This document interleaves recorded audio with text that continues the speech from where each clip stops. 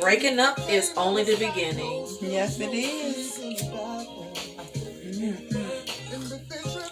So what we going with? Breaking up? I saw some red flags at the beginning. I could say I saw red flags all the way through, but it's like sometimes you just put the red flags behind you, and being that we're empaths and that we give people a lot of chances, right? We often make the mistake of not holding people accountable and just let it go over our heads instead of cutting it off right then and there to not further be abused. But the red flags that I saw was trying to make me jealous of the ex-baby mama. Okay. Trying to make me jealous, which made me think that, see, because we're empaths, we try to give people the benefit of the doubt. Right. So when he tried to make me jealous of the ex-baby mama, I didn't think he was going to do that to me. Try to do that to me. But it's a cycle. Right. They do that to everybody they get with. Yeah, and all mind games. They do. And every time, ladies, every time you guys get in a relationship with somebody and they treat you bad, just realize that they will continue to do it with the other person. Or when they're treating the other person bad and you feeling like, oh, they're just doing it to them. They're not going to do that to me. They do it. The same thing that they did to them, if not worse, they're going to do it to you. But you're not going to see all the bad because they're going to cover that up to make it seem like it wasn't that bad. So when you're with them, it's not that bad. Then they'll do it to you, and then they'll do it to the next person, and then the next person. Whoever signed up for being with them has to deal with those things that seem like it's charm. It seems like it's, oh, he loves me. He's putting me before this person. It seems like it's all that good stuff at first, but then if you're paying attention, a lot of times when you're love struck, you can't see it. Mm-hmm. You won't see it until afterwards. Love is blind. You don't want to see it. A lot of things that happen, you don't want to see it. Yeah. You let it go right over. Right. And ladies got to be careful. If the dick is good, sometimes it's good, but the other things be bad. Don't get dick hooked. You know what I'm saying? So you can't do that either. Because a lot of times it's the things that we fall in love with. The other stuff we don't see. We just only see what we fall in love with. So if it was, oh, he's a family man, we love that, and then we'll fall in love with that. I have a question for you. Yeah. Did you ever have any family members or friends try to tell you about your ex, but you didn't listen because you thought they were just hating? Everybody was so happy when it was over. They tried. I think everyone out of respect, and I love my family for being respectful and giving me an opportunity to find out my own truth. But I believe if they would have taken the steps to tell me in the beginning, I would have made it feel like it was a lie. It was a lie. Yep. So he had me so trapped, it was like, your family don't love you as much as me, and they're lying, they're hating. I see good things for us, and they just hating. Don't believe them because they unstable themselves. I wish I could put the word up there. Isolation. Oh, they will isolate you, baby. Once you get to the end part where they know when you're about to break it off with them. Yeah. Once you get to the end part, you notice that your friends don't talk to you anymore. You're alone. Your family don't talk to you anymore, and a lot of times it's because the narcissist will cloud other people's judgment about you, of course, so that you won't have a support system to lean back on when it's time for you to leave. You're alone. Yeah, but you're never alone. Nobody believes anything that you've said because they know you're full of shit. You know why they know you're full of shit? Because you've always taken his side. You've always had his back. You've never had your own back. So you finally breaking free. Nobody believes you No, because but it's no worth even trying to get people to believe you because actions speak louder than words. you don't believe you. You still, really don't. You're in denial. Yeah, like that's this the part. really just happened. Like I'm really. But you're in love with the the false self that they portray. Right. They're not a real person. The things that they do are not a real person with real emotions and real empathy for people. It's a false self that you fell in love with. So you fell in love with their false self. It's like Dr. Jekyll and Mr. Hyde. So Dr. Jekyll is who everyone meets. He's the doctor. He's the one that looks like he's doing so great, and that he was the one that supported the relationship. No, he's the one that everyone believes in. Church, they'll trust him with their daughter. They'll trust him with your money. That's Dr. Jekyll. Dr. Jekyll is who everyone loves. Who's Mr. Hyde? Mr. Hyde is the motherfucker that comes home, that cusses out his family, that mistreats his wife, that makes her jealous, that tries to make her feel like she's secondary to every woman. But facts. To be honest, he's doing that out of control so he can control her. So that's Mr. Hyde. No one knows him. So the people that see him out in the street, they see Dr. Jekyll. They love him. I like that. They love that. Not him. He's the nice guy. Oh, he did such a wonderful job for me. He is so mannerable. He's so respectful. But Dr. Hyde shows up to the house.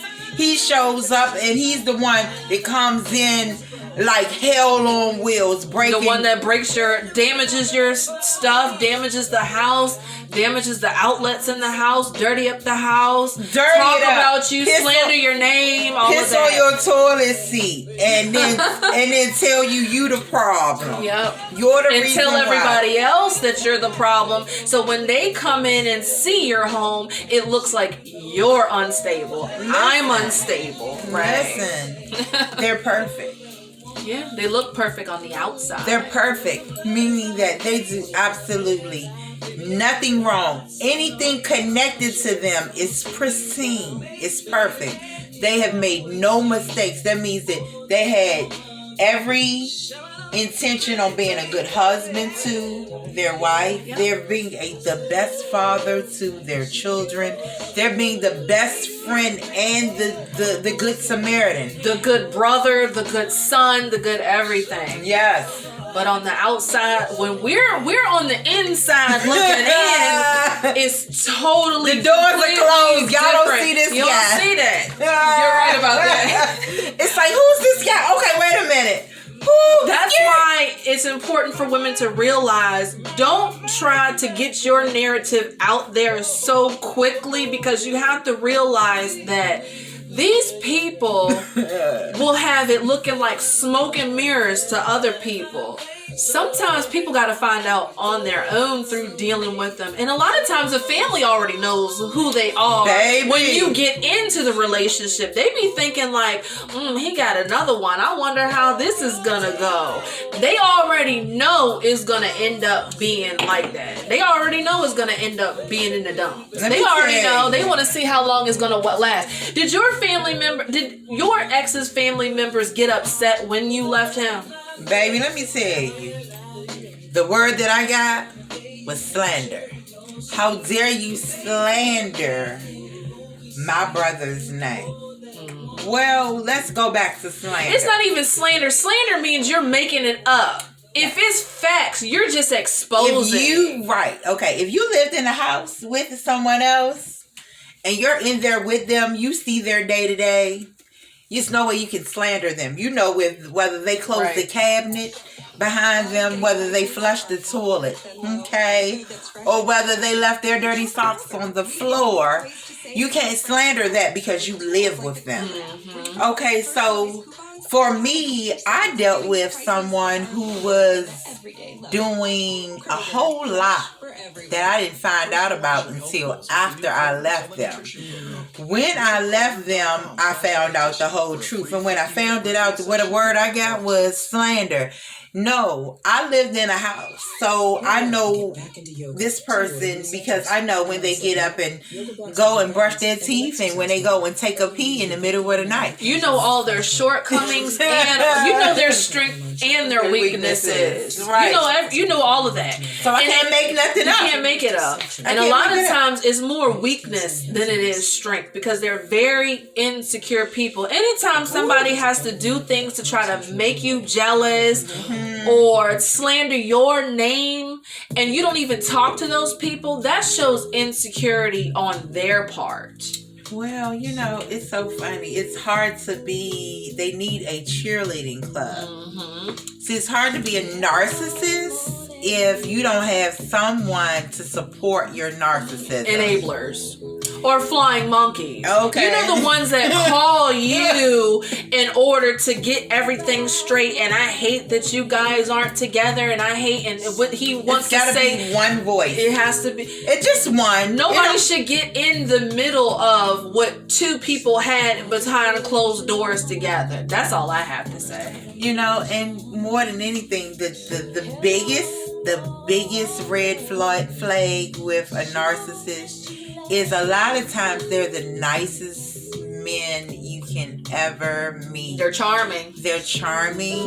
They're nice to your family members. They're kind to the people on the street. You get to the point when your family members believe the narcissist over you, and your family members have known you all your life. Honey. They're that snakish. In the beginning. In the beginning, until they see the pain that has been inflicted. After a while, your family starts to figure out like, this is weird. Why are they doing this? Why are they doing that? Like and I feel sorry for the second supply.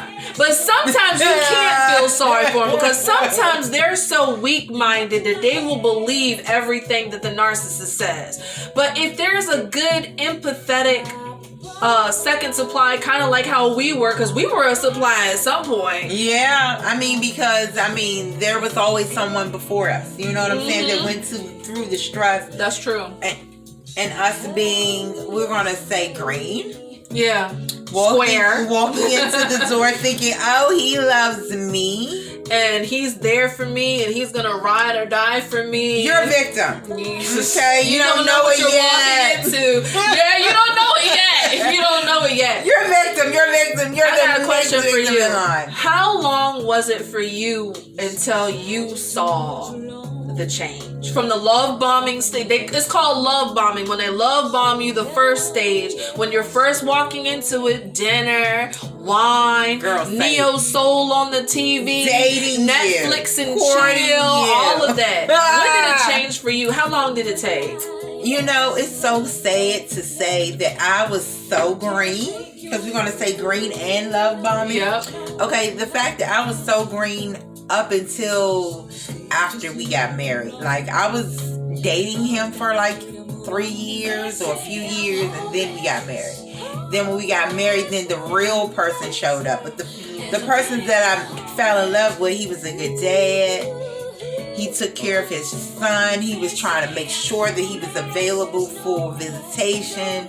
Whatever it was to make him appear to be doing the right thing, he did that to woo me and to make me feel like comfortable with who he was. But really, he really didn't want to be a dad.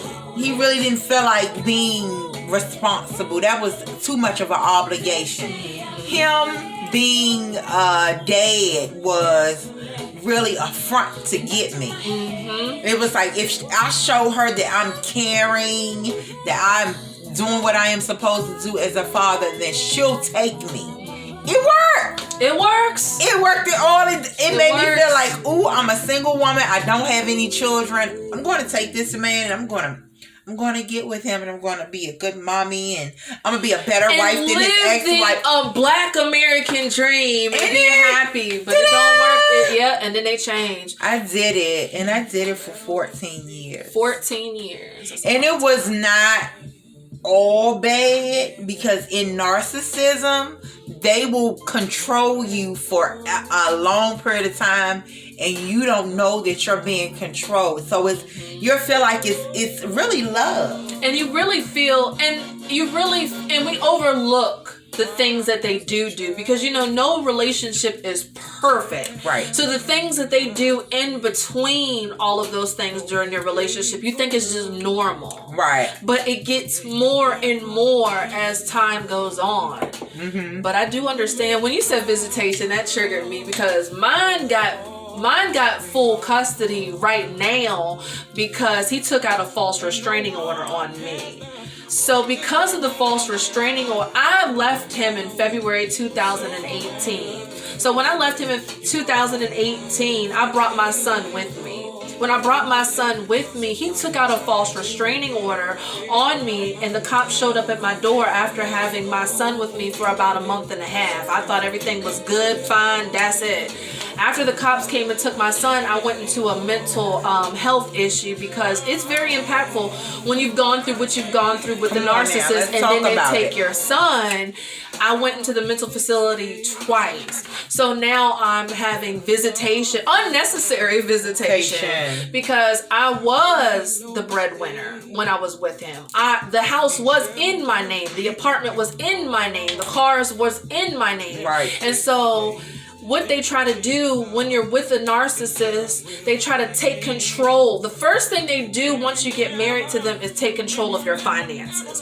That any kind of empire anybody's trying to win over, I don't care if it's the mob, the first thing they're going to do is try to fuck with your money. Try to get the money. That's how you deplete the person, because you have to have money in order to survive. So it became very controlling with the money. I couldn't buy, my hygiene wasn't up to par because I wasn't able to get soap. I wasn't able to have toilet paper because he controlled all of that. And then try to talk about me, saying that I'm unstable because my hygiene is not up to par. I was washing clothes in the tub with dish detergent. After a while, I didn't have dish detergent to try to make the narrative that I am mentally unstable. So that was all in the plan there. Did yours ever try to financially deplete you or take control of your finances? I will never forget.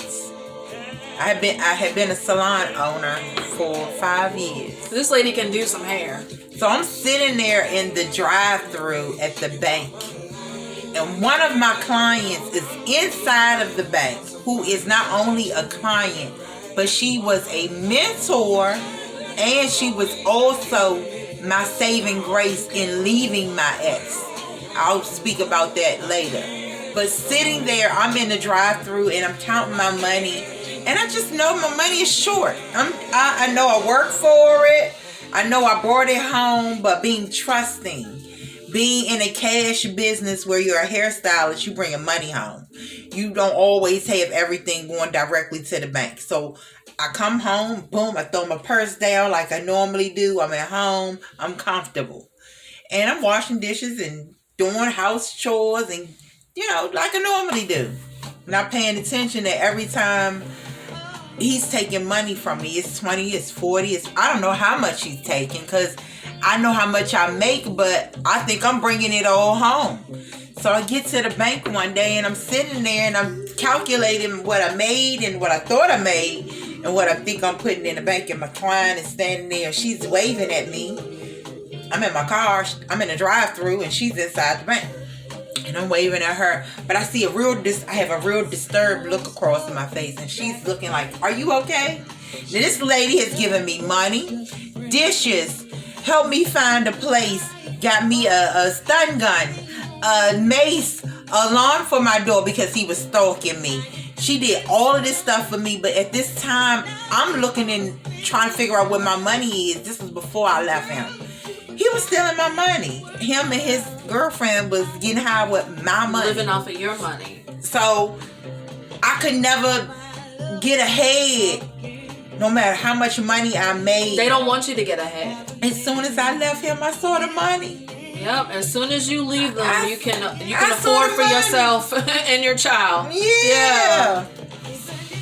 So it's those flags.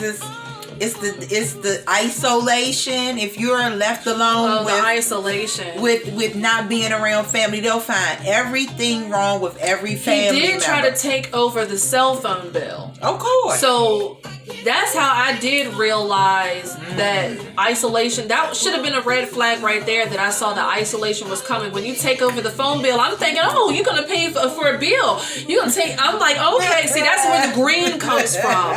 When you've seen all that stuff in the past and now they want to do something nice, you should start thinking, is he changing to be nice, or is he being nice for a reason? And it was for a reason, because once he got control over the cell phone, my cell phone won't working no more. So that's where isolation comes from. Also, my passwords were being come on now. My passwords through my cell phone. Also, do not, if you have any passwords, put it in a lockbox. Have the key somewhere. If you can leave it with a friend you trust, because when I was going to try to find new jobs, my email address was being changed while I'm on the computer trying to get a new job. My email addresses were being changed, so I couldn't do any better for myself. So that's the things that they try to do. And the thing that gets me is, after all that, they think that you really will want to be back with them, and they think that you're going to forget everything that they've done. Okay, she said her emails is being changed. Check this out. How about I had left? I was gone. And I go check my email, and I have been tracked 180 something times. He puts this thing on my phone called Lookout. I had no idea he had the email. You saw the app on your phone. Oh, they did. I had the app on my phone, but I didn't know 360 something GPS thing he was trying to track me on. So the app was on my phone. He put it on there. You know, me being, you know, open and green. This is my husband. I should be able to trust him. All along, he's tracking me. So when I left him and I thought that I was gone, he was stalking me. He stalked me for months, and I did not even know it was him. I didn't know he was stalking me. And when I got an email and I saw the email and I read it 180 something times, I wanted to stop breathing. Because all the things that had happened, all the things that he had done, he knew exactly where I was, when to do it, how to do it. So he was bit by bit trying to break me down, traumatizing me, vandalizing my salon. Because he knew that I was at the Y. Because he could see on the tracking device that I was at the Y, so he can go and be at the salon and do whatever he wanted to do. Those were the things to break me down, to make me feel like I should stay with him and not leave. To make you feel that you had no other choice, because they're very menacing too. They use their big, tall demeanor. Did you say menacing? Menacing. They're very menacing. They try to intimidate you in order to make you feel like you have no power. Right. So once they deplete you financially and damage everything, they think because now all you're left with is this big old black guy, and that's all you're left with, that you're gonna just be sheepish and be like, oh, okay, yeah, I'm gonna come back to you. And it's a shame that some people really do have to live the rest of their life with somebody like that. So we're gonna try to start a podcast on how to eliminate these things from happening, the red flags, and if you are in it, how to get out. And documentation. Document everything. Do not talk to him or her on the telephone. Right. If you have to text it or email it so you can have it in black and white, because they are criminal. The things that they do to you while you're in the relationship is very criminal. You cannot take criminality into court on word of mouth. You've got to have proof. Documentation. Yo, she said menacing, meaning that they are doing anything to you to make sure that they destroy your peace. Yeah. Two words: menacing and criminal. They are criminal. They are very criminal. And in some parts of in other countries in the UK, they go on they actually will lock you up for emotional abuse. I hope America gets to this point. Mine actually went and told the landlord that I was schizophrenic. So no proof, but the landlord believed, because they come in there, they be charming. Let's diagnose the actual mental health issue that I have is PTSD. That's called post-traumatic stress disorder. That comes from dealing with a lot of toxic people. So he went and told them that I was schizophrenic so that he could have leverage at the rental office, so that I couldn't go in there and hand over my money orders and talk to the landlord to have our house, very what's the word I'm trying to say, couldn't have our house taken care of the way I wanted to. I couldn't just step into the rental office and talk to her because he already told her I was schizophrenic. And I was wondering, when I talked to the lady, she looked at me like I was crazy because he had already told her that I was fucking crazy. Narcissist. But the slander that really hurt me for a while was him going and telling people I had AIDS. He told people that I had AIDS when I was in the hospital having my son is the reason why my son was born 3 months early. My son was born 3 months early because of stress. I also breastfed. I also don't have any diseases. After I separated from him, I got checked and I don't have not one disease. So for somebody to run around saying that somebody has AIDS, that should actually be criminal, because you can actually take slander to court. It's called libel. So listen, did we just go back to slander? Slander. Okay. Yeah. Cheers. You need baby. some more drink. When I say dry to the bone, it's number fruit in there. So Eat the fruit. We went to slander. Let's go back to slander. So, if I find drugs, and I'm not talking about weed, I find this in my house. I know I'm not doing it. I have kids. I tell the family I find drugs. You tell me that it's slander. What do I have to lie about? Hold on. So the family said that. So since you said you found drugs in the home, the family said that you were slandering. I slandered him. They don't know the meaning of slander. Slander is not facts. Slander is like when you go and tell people that somebody has AIDS and they really don't have it, just to make them look less than what they really are. That's slander. When you go and talk about people. Did you say that? Say that again. Wait a minute. Somebody said that you had what? And that I had AIDS. And like they went to the gynecologist with you, had a test. Watch the result. But that would mean that he had AIDS too. If you think about it, I had a baby by him. That would make you think that he had AIDS too. So they don't realize. They don't think that far. They don't think that far. And it's coming from a loved one. A loved one. Someone who once loved you. One and love all at the same. That means that nobody else and no one else should be able to say or do anything above their love, because it's one and that's love. That means that's me and that's you. That's nobody else that should be able to say anything bad about you. That means it's no sister, brother, family, nobody. See, when you're married, I get what you're saying, and that's what I'm gonna speak on that. When you're married, you're supposed to upbuild that person. Right. So when you're married, you leave all that family stuff behind. You leave your mother. That don't mean don't talk to her, don't respect her. But leave all that, because your main person that you are supposed to be with is your wife, is your husband. So that's slander stuff. But with a narcissist, when it's over, it's over. It's over. Mm-hmm. But with a narcissist, they're not a normal person. They are a type of person that thinks that other people are objects. So when I see you as a person, right, I'm not going to talk about you as a person because I already know that I'm a person too, and if you did that to me, that it would hurt me. A narcissist feels entitled, and they think people are objects. Like here go an object right here. I can throw this and it's not going to get hurt. And that's what a narcissist think people are.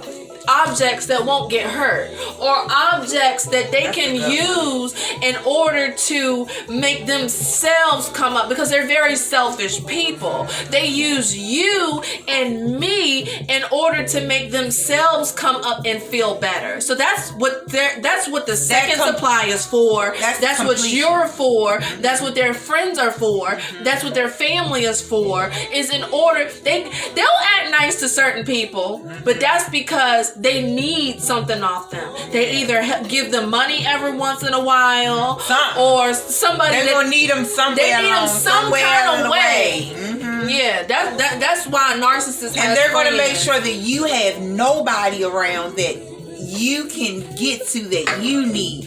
You can have a family member, you can have a friend, whatever your connection is, they're going to try their best to deplete yours to make sure that you don't have nothing but them.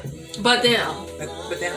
And they know all that came off of your hard work and off of your back, but they're perpetrators. That's for real what you call a perpetrator. Imposter. When you tell people, oh, you perpetrating, they use that no. Narcissists really are perpetrators. They steal everything you get. Donald Trump. Dr. Jekyll and Mr. Hyde. Dr. Jekyll and Mr. Hyde. Mr. Hyde is the one who's the abuser. Okay? He's the one who comes home and destroys everything. When I'm talking about destroy, it is literally destroy. Okay, so we've talked about flags, and one of the things about the flags is once we get in there, we're in love. We really don't realize how much in love we are. When they say love is blind, it really is blind. It really, really is blind. You overlook a lot. A lot of stuff you just don't see. You don't even think about it. Yeah, because it's not the narcissism that you find out about until you're really your piece is entirely destroyed, and you trying to feel like how you going to get over this.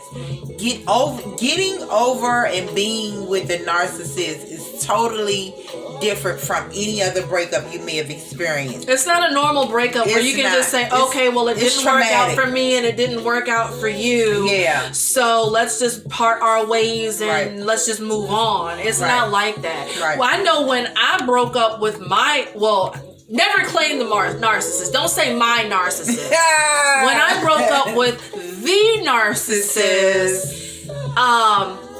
once he took my child back from the false restraining order, I got told he was moving to Tennessee with his mom and I'll never see my son again, and that I was a deadbeat mom and all of that. The cruelty. That's when the cruelty starts. Once you break up you'll know he's a narcissist or she's a narcissist once you break up with them. Come on now. The whole mask is off then. Like Future, mask on, mask off.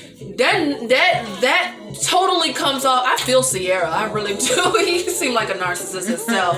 But the mask comes off, and that's when it gets terrible. I had welfare checks come to my house 2 times a week to the point where he was calling the cops over to my house at 12 o'clock midnight, 1 o'clock in the morning. I'm in the shower. My child was sleeping, trying to say that I was held against my will. I am 35 years old. I would never be held against my will. How can you be held against your will when you left somebody? But yeah, once you leave them, that's when the smear campaign starts. And they start, gaslighting. Boom. You know what gaslighting is, y'all? Make you have to explain something that they did wrong. You end up being sorry. You'll say you sorry like you the one who did it and it was all they're doing. And you're the one who's explaining how you did something wrong and you aren't the one who did anything. You end up feeling guilty. You're explaining the whole situation and it wasn't even you. They know what they did. What they're trying to do is use a distraction. When they say, oh, I didn't do that. How that happened? When that happened? Oh, I didn't do that. When that happened? That's to get you to explain so that they can get off the stuff that they really did. That's gaslighting. Make you doubt yourself. And you're sorry. And you have to apologize like you did something wrong and you didn't do anything wrong. And when other people say there's 2 sides to a story, that both people have to be at fault. A lot of times there's no two people at one or the other is at fault. Sometimes there is a relationship where one person is all at fault and the other person is trying to fix the marriage or the relationship, and the other person is at fault. Hey, sis. You cannot argue by yourself. Listen, and this is why they always say, well, why did she stay? We give you more ways to save. Because she's trying to figure it out. She wishes that it wasn't this way. It wasn't this way. It isn't something why that they did can she do to stay? fix it. Exactly. She knows these things. She wants to change these things. But when you're in a relationship, you're trying to work through these things. But it's no control over the other person. And another thing, when it's all said and done with the narcissist, do not go back. Because if you go back, it's going to be worse than what it was when you were in it. And it'll also undo what you were doing, and other people are going to think, oh, well, this person wasn't that bad anyway. Baby. They must have been telling the truth since you went back. They must have been telling the truth. Oh, I don't like her because what he said was telling the truth, because all this happened and she or he is going right on back. Stay away. Cassie. It's like you're sleeping with the enemy when you sleep with a narcissist. Let me tell you, Cassie, when you said she left and then she came, don't go back, I left. I secretly packed my things. You can't let a narcissist know that you're leaving because they're never in agreement. You cannot. They're not in agreement. Let me tell you how I left. I left when he took the tax money and went to Miami, Florida. I don't care. Most females would be in their emotions and be like, oh, he got my tax money. No, you're going to get more money. Just leave. You can't leave.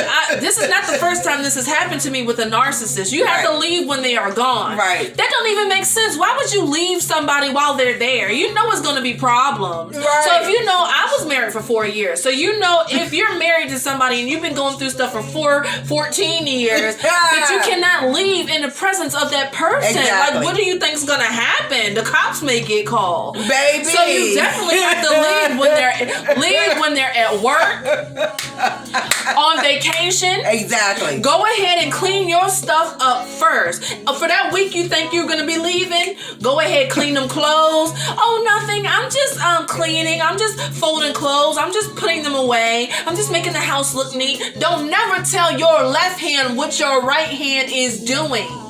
I don't care how many people slander your name, how many people don't believe you. You have to do you. Because at the end of the day, you're born alone and you're gonna die alone. I love that you said take them. She said and wash them clothes. The first thing you get though, get the paperwork. Get the paperwork because you're gonna need that for court. You're gonna need that. Don't be petty and get on them clothes and all this some cute shoes. Let me get it. That's gonna take too much time. Baby. If it's in God's will, you're gonna get it back. I got it back. I got everything. I got it back. I got that and then some. Let me tell you. Get the paperwork. Just let me tell you. If you think that you can't get out, here we are. We are living. You can get out. Pray. Pray. It's first. Let me tell you.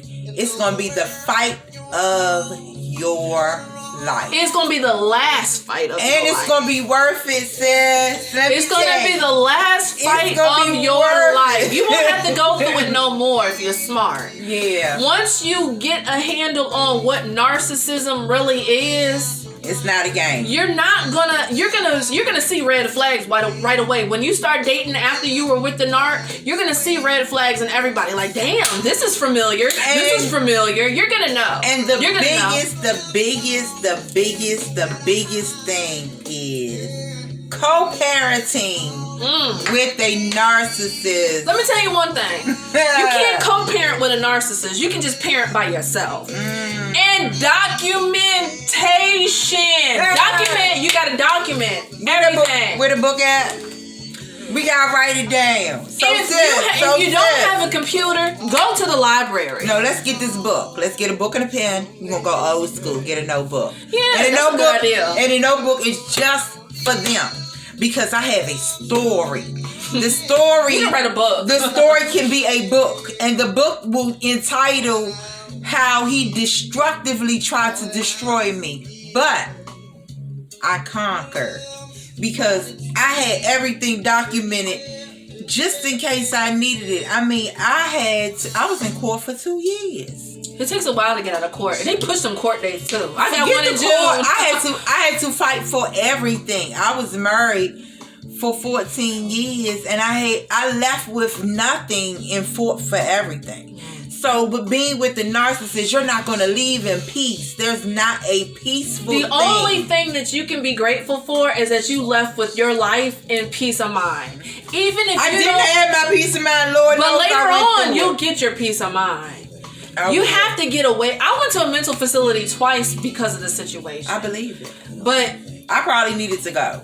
don't try to be greedy after gaining your life. Mm-hmm. Don't try to be greedy and want money out of the narcissist. You don't want to be greedy and want the house from the narcissist. Just go. Just get your life and go. Run. Because you are losing money with the narcissist. Yes. You are losing your home with the narcissist. You are losing your car with the narcissist. Mm-hmm. Everything takes time. Mm-hmm. Once you leave the narcissist and you get your mind back together and you get your mindset back together and you know who they really are because the mask has been off and you've seen everything that they've done and you're damn right disgusted and you would never be with them with a 10-foot pole.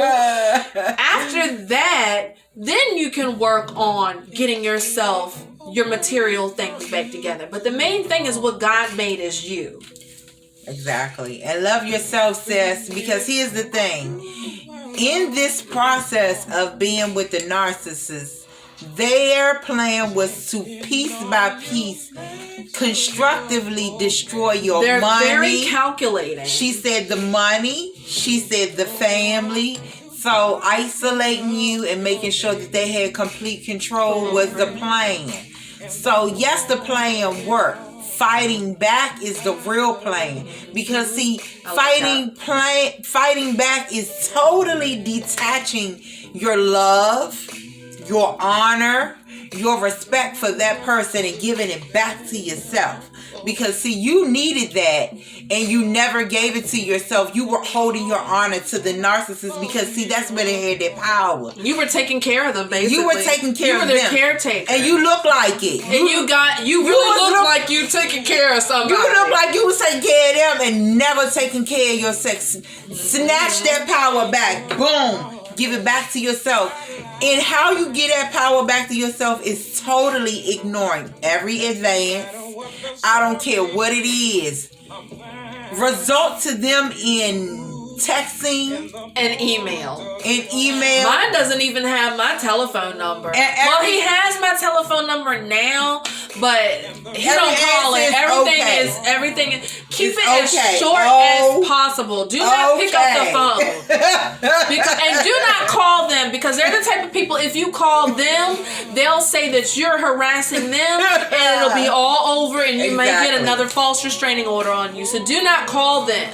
You said you got let me tell you, what you get on you, you had the false restraining order. I had a false restraining order, but they dismissed it because he had no proof. They dismissed it because he got up in court and said I called him from a pay. First he said that it was a out of area number. then since that didn't work with the judge, then he came back and said that it was a payphone. Right. The judge says, but didn't you just say it was an out of area number? How would you know it's an out of area number if you were standing by the payphone? You guys, this went to. So he just made up stuff off the cuff. Like he just made up stuff off the cuff. So the restraining order got dismissed, but I still didn't get my son back because my son was already somewhere else while I was in court. So I did agree on 50-50 between me and my ex-husband. I agreed on 50-50. He never showed up to McDonald's at the neutral location to bring my son. So a lot of problems problems they bring on their own selves. Like all this stuff, this is like what, three years later, it could have been finished. I'm not trying to take nobody's child away unless they're really unstable. I would take their child away. Right. But if it's hurting my son, but if he's doing what he's supposed to be doing, he would get 50-50, but he didn't even want me to see him 50-50. Because when I was in the mental hospital, he came and visited, even though he wasn't on the visitors list. Him and my mom visited, and my son was outside the gate, and he shielded my son's face from looking at me. Almost like saying, ha ha ha, I got your son, and you're in a mental facility, and there's nothing you can do about it, and my son's not even going to look at you. Which was about 3 years later, but I see my son all the time. I also had to have supervised visitation that I had to pay for. I could only afford $75 for 3 hours, 2 times a day. So now I'm off the paid supervision, and my dad has to be the supervisor now, which he didn't want my dad to be the supervisor. So now I am narcissism. So in June, I have a court case for 50-50. I'm not trying to take nobody's child away. I mean, he did make a seed. That is his child. Right. But let's be fair. I'm going to be fair because I'm not a narcissist. But so I'm trying to be fair. He's trying to take her visitation. Right. He don't want me to see him at all.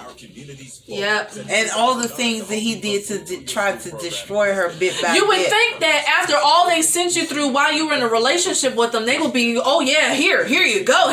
But they're not that type of people. They're very selfish. And I'm sorry. Oh, you'll never get a sorry. And see, don't wait for closure, ladies. Do not wait for closure. Don't wait for them to say they're sorry. Just have a broken heart and go, girl. Go and live your life. Own heart, provide your own closure, and move on.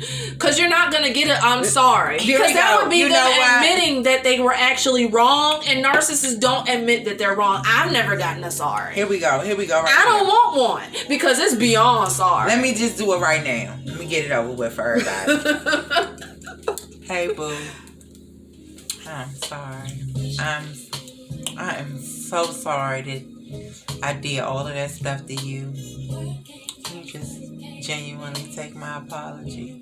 Because really, I want you to get over this. And here's my sorry.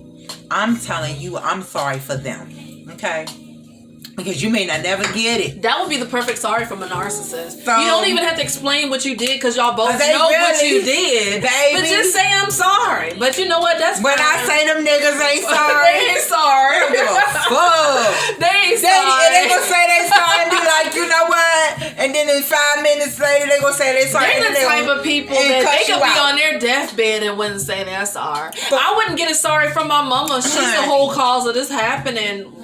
You know, allowing it to happen, but I don't want no sorry. Shoot, I'm sorry for myself. I'm done with it.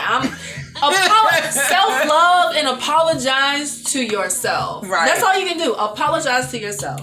That's it. Tell yourself that you are sorry for getting in the situation that you were in and move on. Because you ain't going to get no real sorry from them. They might say sorry and do the same shit all over again. Listen, let me just say this, sis. Forgive yourself. Mm-hmm. Forgive yourself for tolerating and putting up with the shit that you know you don't deserve. I like that. Forgive yourself for staying when you know you should have ran, not gone. Forgive yourself. Girl, you should have ran with bells on. Listen, forgive yourself because guess what? In your new life, even though you wandering out here trying to figure it out, it's okay. Because it's better to be out here and be by yourself than to be with somebody who you know don't love you. You can do bad by yourself, girl. And forgive and yourself. Boys and men. And listen, it's okay to be by yourself and figure it out without your family trying to figure it out, or those friends trying to tell you fake what to do. Associate friends, flying monkeys, and they can still love you, and you can love them. But this is a journey that only you can take because see. Only the people know about the criminal, like she said. We only know about their criminal stuff. And the menace that we have dealt with. She said menace and criminal. Once y'all know the dealings with the menace and the A menace to criminal. society. Ooh, let me tell you. And the reality that it puts on your mental health. And how You much don't know if you're going or coming once you leave them because they send you through a ringer. They send you through, once you leave them, they send you through And the it's ringer. constant. And because they're trying to get you to come back to them, Come they on think that now. all that stress is going to cause you to come back to them. Please, I'm pleading with you. Exactly. Be strong and keep it. Just know that in time you're going to be okay by yourself. by yourself. Or if you decide to give yourself time to heal, though. Give yourself time to heal, and then find somebody else. Listen, let me tell you in the healing what we do.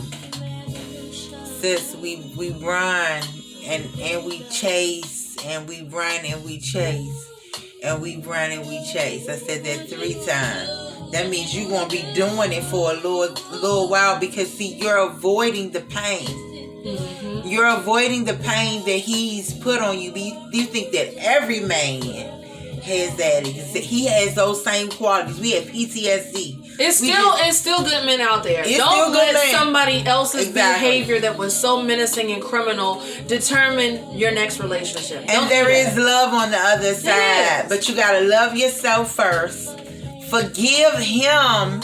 But when you have your closure and forgiveness, that means that he has no way back in to disrupt your peace. If you're co-parenting, if you've broken up, you've broken the fuck up. That And let means me you tell ain't you going something. back for another. nothing. And forgiveness does not mean what they did is okay. Yes. Forgiveness is for yourself. That means Forgiveness means you let it go. Yes. Listen to that Frozen song. Let it go. Let it go. I love that song by Frozen. Okay. But yeah, let it go. Just let it go. Forgiveness does not, again, mean that what they did is okay.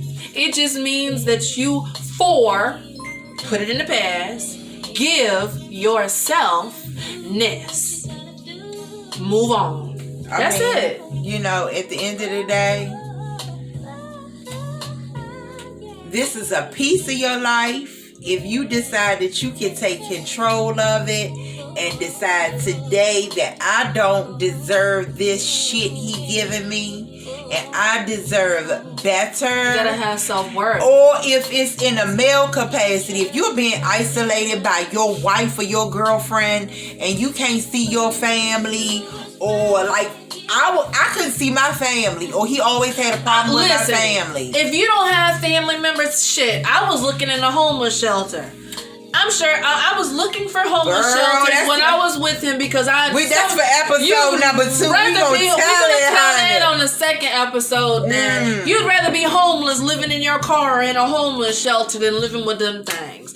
Just know that there's other options out there that are much better than living with a narcissist. I don't care how much money they may have or what kind of car or house they may have. Yeah. You've got to look out for you. God is in you. So if you believe in God or you don't believe in God, at least believe in yourself, because that's all you have at the end of the day. And listen, no matter how much, baby, when I say you can take more shit on the outside of that house than you will ever take on the inside of that house. So when I say get out and run, because run like you from Sodom and Gomorrah and Babylon is on fire. That's what I felt like. I was running. When I left him, I was running. Well, nobody at home. I had one sock. I couldn't find no other socks. Come on, my hair was messed up. Forget about that. Get your child's stuff. Get the diaper bag. Get everything in the diaper bag and go to where you can go so you can get safety. Because your ass is about to die if you stay with them things. And I'm not even exaggerating. No, real talk. Your ass is about to die. Emotionally, mentally, physically, spiritually, physically. You are destroying yourself day by day by being with someone who you know all they live for is to control and to destroy you. You love yourself enough to get out. Once you get out, Let me tell you, we might not think about it. We're living proof that we think about money as mothers. How we gonna provide for our kids? Don't worry about that yet. If you worry about you and you worry about providing for yourself mentally, everything else will fall into place. Because if your mind is not right, nothing else is gonna fall right. And listen, we can talk about the mind not being right. Because here we both said, she said they put her in a mental place. I felt like I probably should have gone through it. But I lost a lot of people in the process. I lost a lot of things in the process. But when I say restoration is God's biggest God's gonna give it back to you. He will restore your peace. He will restore your mind. He will restore you financially. He will restore you emotionally. He will mend your broken heart. God is good every day. It's two different kinds of people on this earth. Just like in science, when you go to school, there's negative and there's positive. Even when it comes to science, negative and positive, there's two different kinds of people, negative and positive. Negative can't merge with positive because it's gonna separate anyway. At some point. At some point it is. So you just have to move on the outside. Don't worry about what friends you lost because of the narcissist, what family you lost. If real people are there for you, they're gonna stick for you, regardless of what anybody says. My saying is this: real friends don't lose themselves. Because here's the thing. Like baby teeth, they just fall out. It ain't no control over the baby teeth. Baby teeth just fall on out. Then you get adult teeth, okay? But them adult teeth are going to stay with you for the rest of your life. Take care of them. Exactly. So here you are as an adult, you're going to get adult friends. And see, those adult friends are different from your baby teeth friends. You know, your baby teeth friends, they lose themselves because they were supposed to go. Your adult friends, everybody that comes into your life is just for a season sometimes people aren't meant to stay with you forever. And sometimes the seasons are good. And they teach you things and it's not all bad. Some things happen and it's just for your good. And you just got to see where it's good and not dwell on it and be hurt by it and just move on. Whether it be a family, friend, or spouse. Whether it's a job. It can be a job sometimes to hurt you more than anything. Oh, yeah. But we're talking about narcissism and how to overcome narcissism and how to be a better woman after you've been in a breakup relationship with a narcissist. Because we both have been we've been married to narcissists and we've had past relationships and narcissism, and it's almost to the point where you're like, well, damn. Yeah. Is it any men out here that's not a damn narcissist? It looks like you're repeating it all over again, but it is. Once you wake up and you see the signs, you'll be able to detect those in the future. And you'll realize that more and more that we have in common, and we can learn from each other, we can be better. Because queens need to fix other queens' crown. Okay, and don't hate on the next woman because she pretty or whatever. Make her your friend. Let her be your friend. Don't hate on her. Hey girl,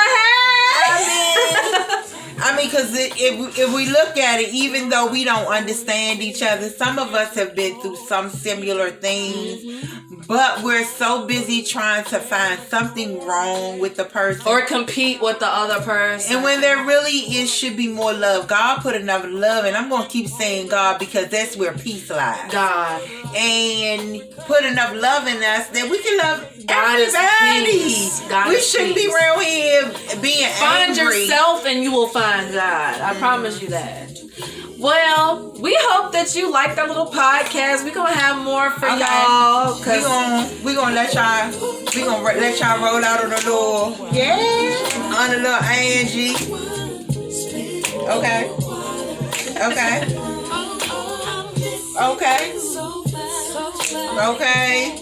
We've been drinking, y'all. Yeah, we made our blackberry BBs like y'all saw in our other video. Okay. They good. So we tripping right now, but we hope y'all have a prosperous January.